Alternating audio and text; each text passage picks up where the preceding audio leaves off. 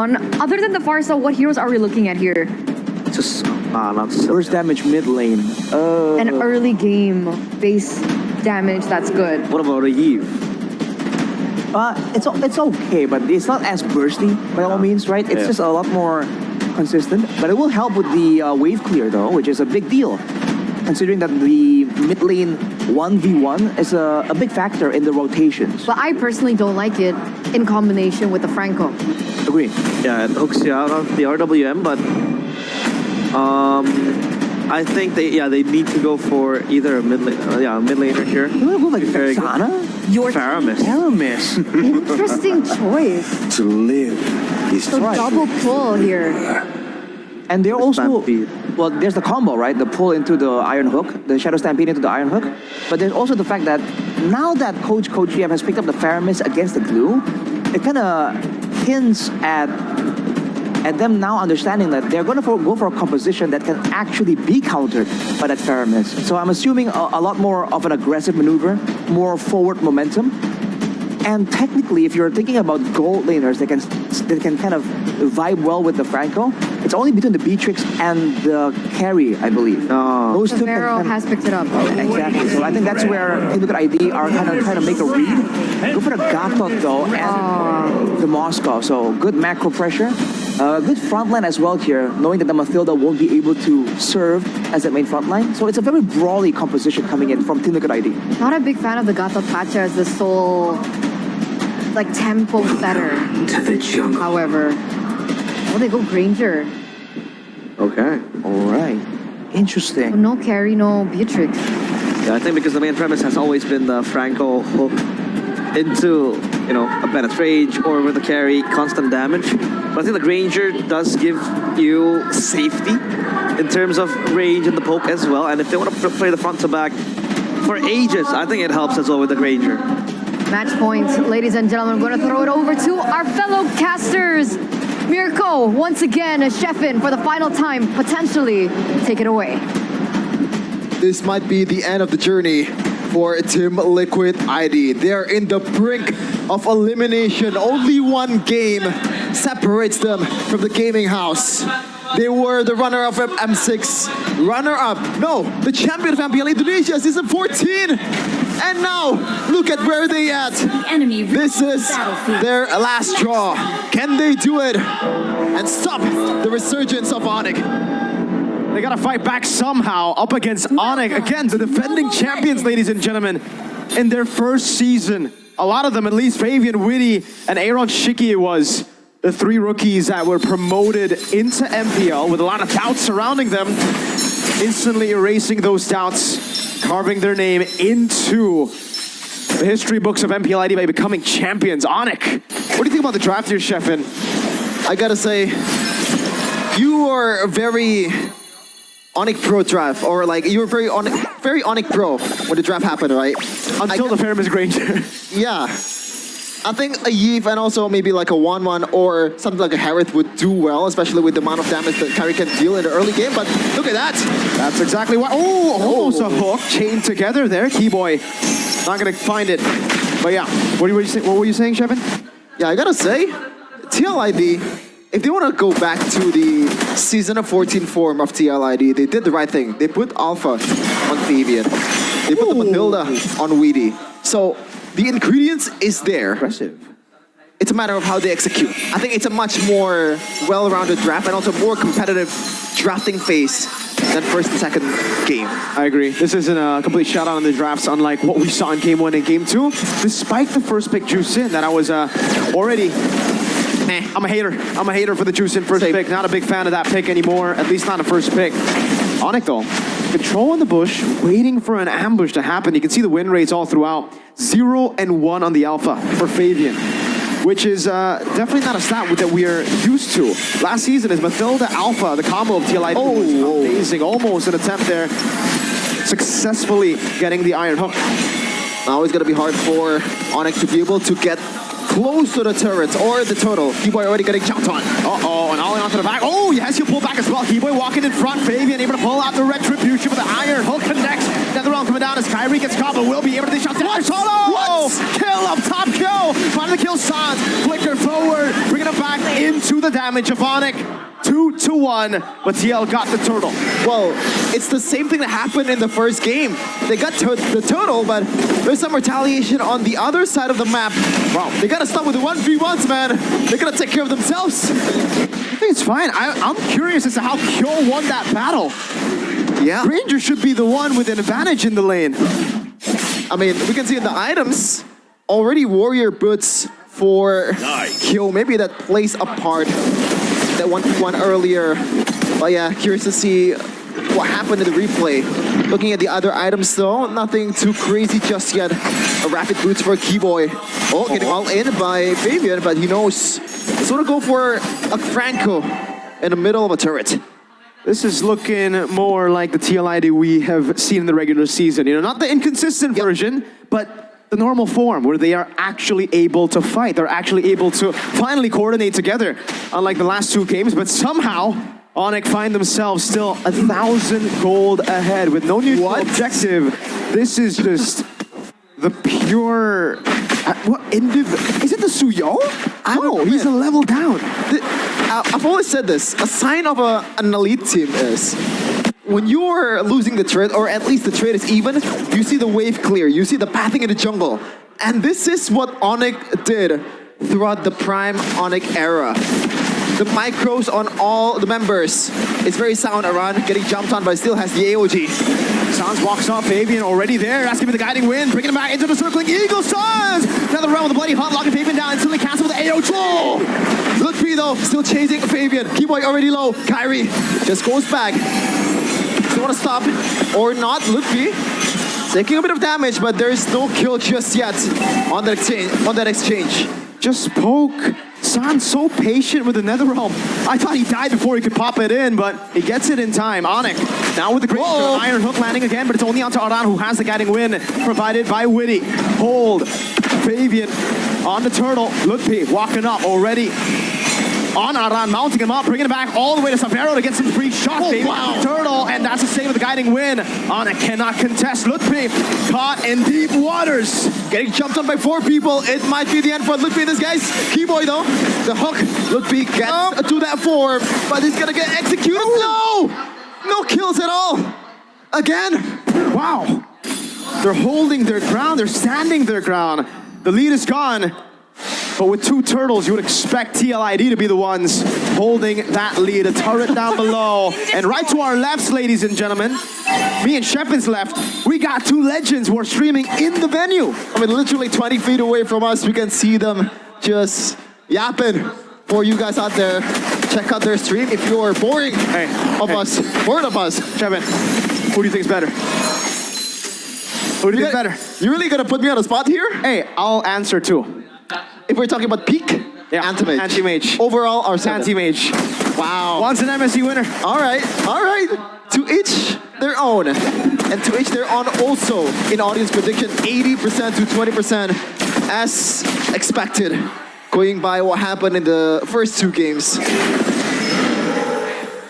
80%. After what we saw from game 2, understandable. This was not the audience prediction that we saw in game 1. It was actually quite even, I believe. And then we saw a big shift after that stomp in game 1. And now Onyx are finally in a position where they're the ones forced to trade it out. How is it that they are still the ones leading? It's a turret, 2 turtles, and it's a gold lead for Onyx. I think it's the fact that Kai is much more dynamic than Fabian. Because Fabian, he kind of have to rely on Witty to be able to get around the map, and he's been doing that. That's what's supposed to happen, and that is their game plan. But Kyrie can clear the lane on his own, can just farm on his own, and make a play on his own. But gotta say, the one thing that really impressed me the most is the fact that Onyx, not one of the members has died yet. Might be changing it now. All in over to Keyboy, Netherrealm in time, but he will still fall. Flicker, outburn, out SOD. Kyo joining the fight. Savero with a few good shots. Great revitalize to keep him alive. Aran and the rest of the team. Kai will give away the turtle and just, oh man, he's wiped the entire bottom side jungle. Free real estate for Kyrie, even the orange buff as well.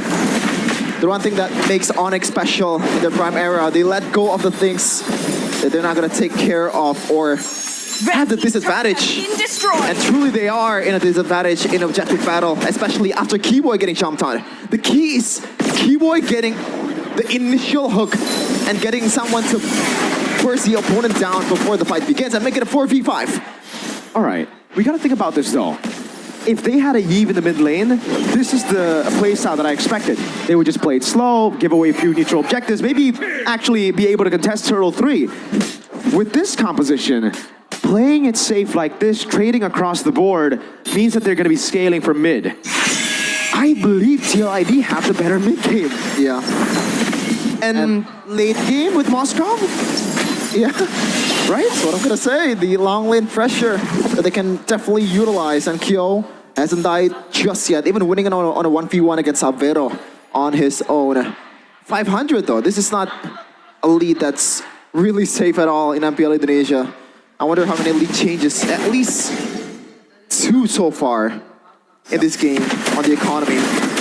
And Onyx, look at the bushes miracle. This is what having an Alpha and a Matilda gives you. I really like the fact that they're going back to their form in Season 14. This is their bread and butter. Just own the bush.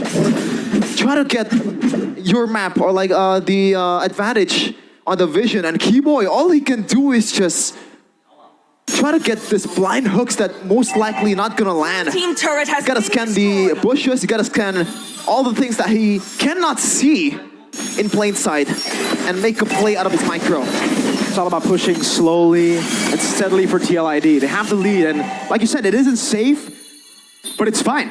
They have a composition that scales pretty well into the late game. The range is the only thing that I have doubts about, right? Sans walks up. Oh, good damage. Yep, yes, skill already low, around half HP.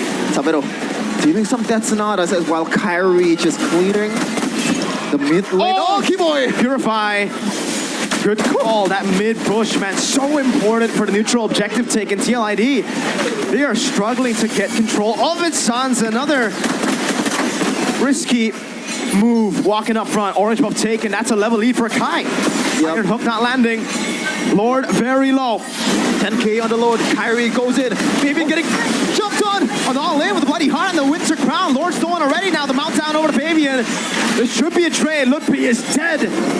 Isolated from the team. AOG. The Lord Aran jumping in, but it will be Keyboy still surviving. SOD! Kyo! Jumping on the Kai. Soul Sever coming down. Yes, he with the flicker forward on the Crimson Peak, and Kai getting away with the Blade Surge. Finally a W for TLID, but no, the Lord is taken out by Kyrie. Overall, though, in the kill department, it's an equal one. Fabian is trying to sandwich Kyrie and Sans. Whoa. Uh-oh. Crazy poke. Fabian with the flank, though, but no one walks his way. Wow. Okay. Clean. Taking control of the mid lane as Fabian looks for the flank. That will not amount to anything. Fabian sees Kyrie. Sans sees him too. Death Sonata, Ghost Bursters, and that will be it with the wave in the mid lane. Now a Lord up top. Yep, this is the problem with, yes, you have the Matilda on the Fabian, but... Oh, come on, Kai. Yeah, just Kyrie thinks, man. The god of the jungle, the red trees are there. But yeah, look, be in trouble. Spear of Misery connected. Half HP, but they still have the Lord. And the siege potential, Savero just gunning them down with Death Sonatas. And Rhapsodies, Aran very low already. Lord marching down. TLID. Fabian walks up. Oh no! Jeez. Another round coming down with the SOD as well. Don't take it, Kyo. Onyx on the brink of eliminating the defending champions. Yup. This is just clinical Mobile Legends coming in from Onyx. It wasn't that clean in the early game, but they know what to do, even in the objective battle. That they're not supposed to have an advantage on. Yes, they have the bloody hunt on a Keyboy, but this is Alpha against a Suyo and Matilda we're talking about. Man. The HP bars is leaning towards TLID side. Onyx gotta rely on the micros, Fabian. Oh, man. Gotta watch out for the soaks, man. He's so far up front alone with no Matilda. That could have been real bad. Luckily, the timing wasn't, the best. Even if Onyx got that, they would have got more pressure, but there's no neutral objective up. Whew. Now it's time to breathe for both of these teams. Once again, I think the win con or the plan. Fabian though, Spirit Valve onto his Ludwig. Oh, JCC. That's the OG. Keyboard clicker out. Aran looking for the play. Kyo takes the SOD. Another round for Suns. To escape. 28 seconds for Lord. Lutpi, 20 seconds to respawn. You gotta find a way for Ludwig to be able to check the bushes a bit safely. Maybe just a blind hook from Keyboard just to clear the bushes so that Ludwig did not get engaged on, just like what happened earlier. TLID, they're 5 men strong, but can they make a use of this advantage that they have right now? 4 seconds towards the lower. Ludwig is already up on a respawn time. Full control. Look at the piercing damage from Kyo 2. Keyboy looking for the hook. TLID on the Lord with a slow push down below. I gotta wait for Ron to back away. Or maybe just heals up with Weedy's photo. That's something they can do, but it's already half HP. So that's something that Savero might be looking forward to burst, especially with the Sky Piercer. The wave is good for Onyx. In the bottom lane, great. Zoom in into the map. You can see again how they're managing the waves. Kyrie notices it is building towards a slow push for them, so that's why he rotates without hitting the wave. Onyx controlling the neutral objective. Moskov seen down below. Onyx, are they going to make the shot, the call? They're still healthy. This is on the hook, is Keyboy. Tier 2 for free. Lord Dance in favor of TL. Moskov still in the bottom lane, farming and clearing it up, shoving the wave in. They're holding on to it. What? They're still going for the Lord. Ludwig getting jumped, knocked up into the air by the Lord. Face turret taken out again, buddy. Hakai able to secure it now. In the back, yo. Onyx, what was that? A gamble that could not have been worse. TLID. Just run it down. They just handed the W on a silver platter to Kyo. I was gonna say this is the prime Onyx that we're talking about before the game starts, but what the hell was that? That is a stinker. Oh, I gotta agree with you, Jeff. And I'm not a fan of the Fairness Granger, but it wasn't because of the Fairness Granger that they lost the game. It was they didn't want to let go of anything. They didn't want to let go of the Lord. Some signs of that inconsistent Onyx from the early weeks of the regular season, ladies and